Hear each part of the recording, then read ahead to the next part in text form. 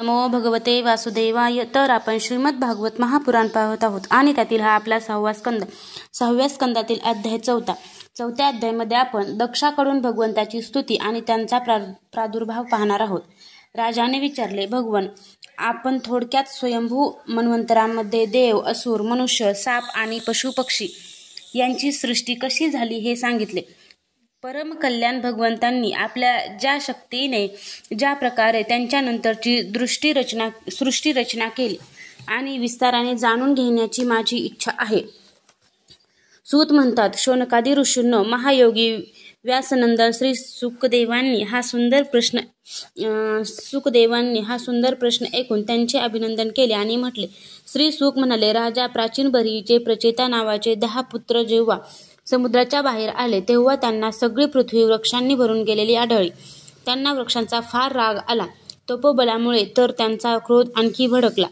वृक्षांना जाळण्यासाठी त्यांनी आपल्या मुखातून वायू आणि अग्नी उत्पन्न केले. परीक्षिता, जेव्हा अग्नी आणि वायू वृक्षांना जाळू लागले तेव्हा वृक्षांच्या राजा धीराजचंद्र त्यांचा क्रोध शांत करीत त्यांना म्हणाला, हे महाभाग्यवान प्रचेतांनो, आपण बिचाऱ्या झाडांचा द्वेष करू नका, कारण आपण प्रजेची वृद्धी करू इच्छिणारे प्रजापती मानले गेलेले आहात.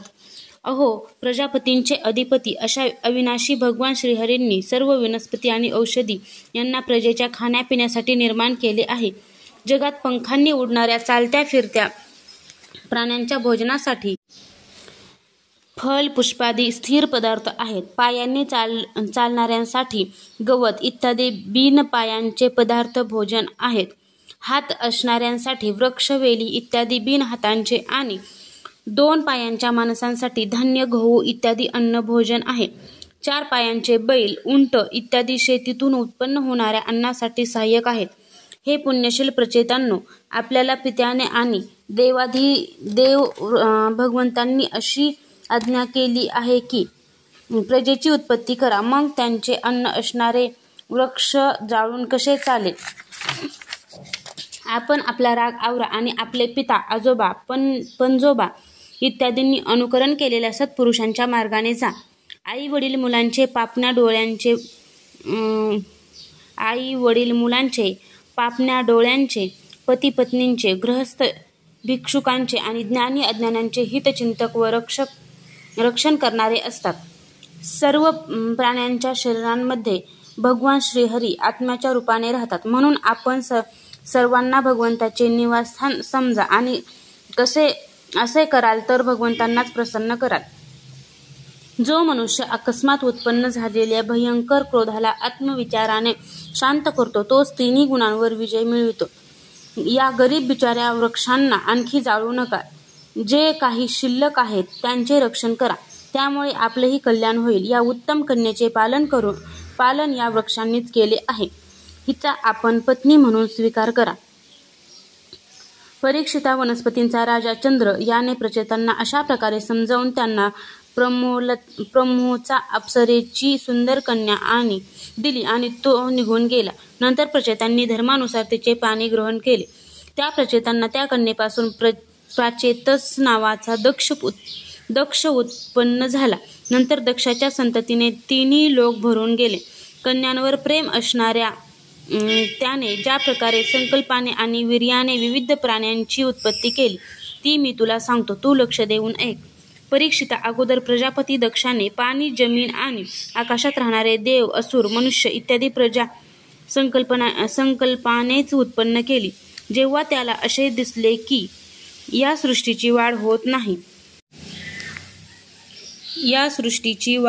नाही तेव्हा त्याने विंध्याचलाच्या टेकडीवर जाऊन घोर तपश्चर्या केली. तेथे अघमर्षण नावाचे एक अत्यंत श्रेष्ठ तीर्थ आहे. ते सर्व पापे धुवून काढते. दक्षाने त्या तीर्थात त्रिकाल स्नान करून तपश्चर्येने भगवंतांना संतुष्ट केले. दक्षाने भगवान अधोक्षजांची हंसगुह्य नामक स्तोत्राने स्तुती केली. त्यामुळेच भगवंत त्यांच्यावर प्रसन्न झाले. ती स्तुती मी तुला सांगतो. प्रजापती म्हणाले, भगवान, आपली चित्तशक्ती अमोघ असून आपण जीव आणि प्रकृतीचे नियंत्रक आहात. जे जीव त्रिगुणात्मक सृष्टीलाच सत्य समजतात ते आपल्या स्वरूपाचा साक्षात्कार करू शकत नाहीत, कारण आपण कोणत्याही प्रमाणाने कळणारे नाही. स्वयंप्रकाशी आणि परात्पर अशा आपल्याला मी नमस्कार करतो. असे विषय आपल्याला प्रकाशित करणाऱ्या इंद्रियांना जाणत नाहीत. तसे जीव आणि ईश्वर शरीरात एकत्र निवास करत असूनही जीव द्रष्टा असणाऱ्या तुमचे प्रकाशकत्व जाणत नाहीत. अशा सर्व शक्तिमान आपल्याला मी नमस्कार करतो.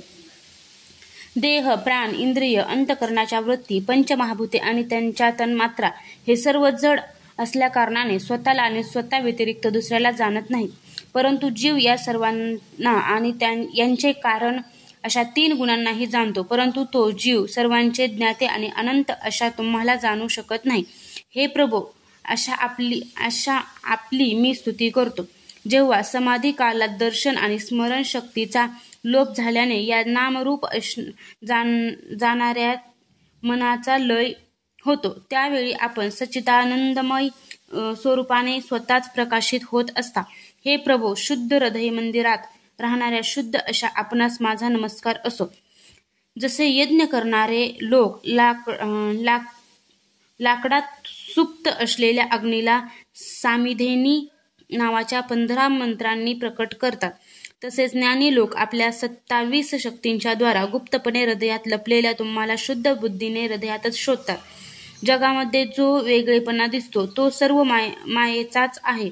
मायेचा निषेध केल्यानंतर परमसुखाचे साक्षात्कार स्वरूप असे आपणच शिल्लक राहतात. परंतु विचारांती आपल्या ठिकाणी मायाचे अस्तित्व जाणवत नाही. अर्थात माया ही आपणच आहात, म्हणून सर्व नामे आणि सर्व रूपे आपलीच आहेत. प्रभो, आपण माझ्यावर प्रसन्न व्हावे.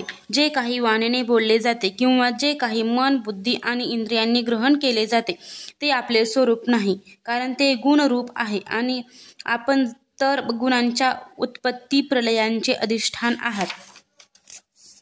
भगवान, आपल्यामध्येच हे सर्व जग राहिलेले आहे, आपल्यापासून निर्माण झाले आहे आणि आपणच याची निर्मिती केली आहे. हे आपलेच असून स्वतःसाठीच आहे. यांच्या स्वरूपात निर्माण होणारेही आपण आणि निर्माण करणारेही आपणच आहात. बनणे, बनविणे या क्रियाही आपणच आहात. आपण सर्वांकडून काम करून घेणारे आहात. जेव्हा कार्य आणि कारण यात भेद नव्हता, तेव्हा सुद्धा आपण स्वयंसिद्ध स्वरूपात होतात. आपण जीव जगातील भेद आणि स्वगत भेद यांपेक्षा सर्वथा वेगळे असे एक अद्वितीय ब्रह्म आहात.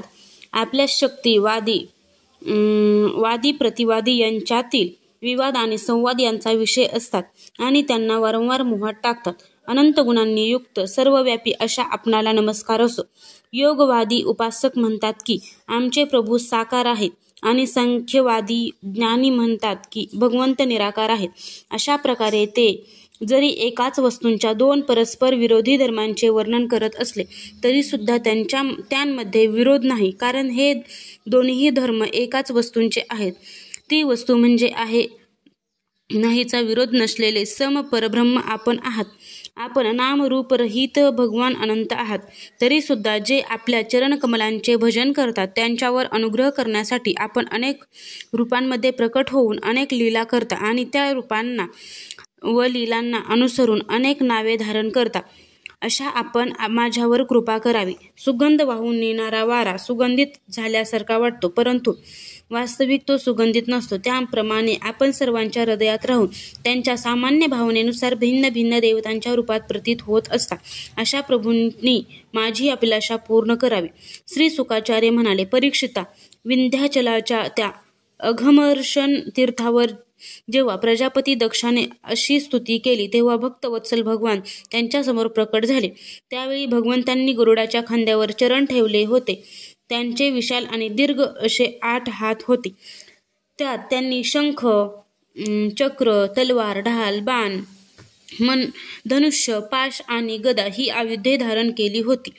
पावसाळ्यातील मेघाप्रमाणे असणाऱ्या श्याममल शरीरावर पितांबर झळकत होता. मुखमंडल प्रफुल्लित होते. नेत्रातून कृपेचा वर्षाव होत होता. गळ्यात वनमाला धारण केली होती. वक्षस्थळावर श्रीवत्स चिन्ह आणि कौस्तुभमणी शोभत होता.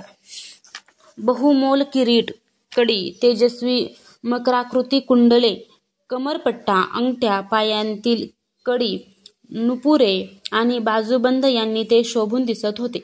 त्रिभुवनपती भगवंतांनी त्रैलोक्याला मोहित घालणारे रूप धारण केले होते. नारद, नंद, सुनंद इत्यादी पार्षद आणि लोकपाल त्यांच्याबरोबर होते. सिद्ध, गंधर्व आणि चारण भगवंतांच्या गुणांचे गायन करीत होते. हे अत्यंत आश्चर्ययुक्त आणि अलौकिक रूप पाहून दक्ष प्रजापती बावरले. प्रजापती दक्षाने आनंदित होऊन भगवंतांना साष्टांग प्रणाम केला. झऱ्यांच्या पाण्याने जशा नद्या भरून जातात तशी परमानंदांच्या उद्रेकाने त्यांची इंद्रिये उच्चंबळून आली आणि अतिशय आनंदित झाल्याने तो काहीच बोलू शकला नाही. अत्यंत नम्रपणे उभ्या असलेल्या व प्रजावृद्धींची इच्छा करणाऱ्या भक्त प्रतीला सर्वांच्या हृदयातील जाणणारे भगवान म्हणाले. श्री भगवान म्हणाले, महाभाग्यवान दक्षा, तपश्चर्येने तू सिद्ध झाला आहेस, कारण माझ्यावरील अत्यंत श्रद्धेने तुझ्या हृदयात माझ्याबद्दल परमप्रेम उत्पन्न झाले आहे. हे प्रजापते, तू या विश्वाची वृद्धी व्हावी म्हणून तपश्चर्या केली आहेस. यामुळे मी तुझ्यावर प्रसन्न झालो आहे, कारण जगातील सर्व प्राण्यांची वाढ व्हावी व ते समृद्ध व्हावेत हीच माझीही इच्छा आहे. ब्रह्मदेव, शंकर, तुझ्यासारखे प्रजापती, स्वयंभूवादी मनु तसेच इंद्रादी देवेश्वर हे सर्वजण माझ्या विभूती आहेत आणि हे सर्वजण प्राण्यांचा उत्कर्ष करणारे आहेत. हे ब्राह्मण, तपश्चर्या हे माझे हृदय आहे, विद्या शरीर आहे, कर्म आकृती आहे, यज्ञ अंगे आहेत, धर्म मन आहे आणि देवता प्राण आहेत. जेव्हा ही सृष्टी नव्हती तेव्हा फक्त मीच होतो आणि ते सुद्धा निष्क्रिय स्वरूपात. आत बाहेर कोठेही काहीही नव्हते. मी फक्त ज्ञानस्वरूप आणि अव्यक्त होतो. असे समज की सगळीकडे जणू झोपच झोप होती. मी अनंत गुणांचा आधार असून स्वतः अनंत आहे. जेव्हा गुणमय मायेच्या क्षोभाने हे ब्रह्मांड शरीर प्रकट झाले तेव्हा यामध्ये अयोनिज आदिपुरुष ब्रह्मदेव उत्पन्न झाला. जेव्हा मी त्यांच्यामध्ये शक्ती आणि चेतनेचा संचार केला तेव्हा ब्रह्मदेव सृष्टी निर्माण करण्यासाठी उद्युक्त झाला, परंतु त्याला आपण सृष्टी निर्माण कार्यात असमर्थ आहोत असे वाटले. जेव्हा मी त्याला आज्ञा केली की तप कर, तेव्हा त्याने घोर तपश्चर्या केली आणि त्या तपश्चर्येच्या प्रभावाने सर्वप्रथम तुम्हा 9 प्रजापतींची उत्पत्ती केली. प्रिय दक्षा, ही पंचजन प्रजापतींची कन्या आशिकनी आहे. हिचा तू पत्नी म्हणून स्वीकार कर. आता तू स्त्री सहवासरूप धर्माचा स्वीकार कर. ही आशिकनी सुद्धा त्याच धर्माचा स्वीकार करेल. तेव्हा तू हिच्याद्वारा पुष्कळशी प्रजा उत्पन्न करशील. आता तुझ्यानंतर सर्व प्रजा माझ्या मायेमुळे स्त्री पुरुष संयोगानेच उत्पन्न होईल व माझ्या सेवेत तत्पर राहील. श्री सूक म्हणतात, असे म्हणून विश्वाचे जीवनदाते भगवान श्रीहरी दक्षांच्या समोरच स्वप्नात पाहिलेली वस्तू जागे होताच लुप्त होते त्याप्रमाणे अंतर्धान पावले. अध्याय 4 समाप्त.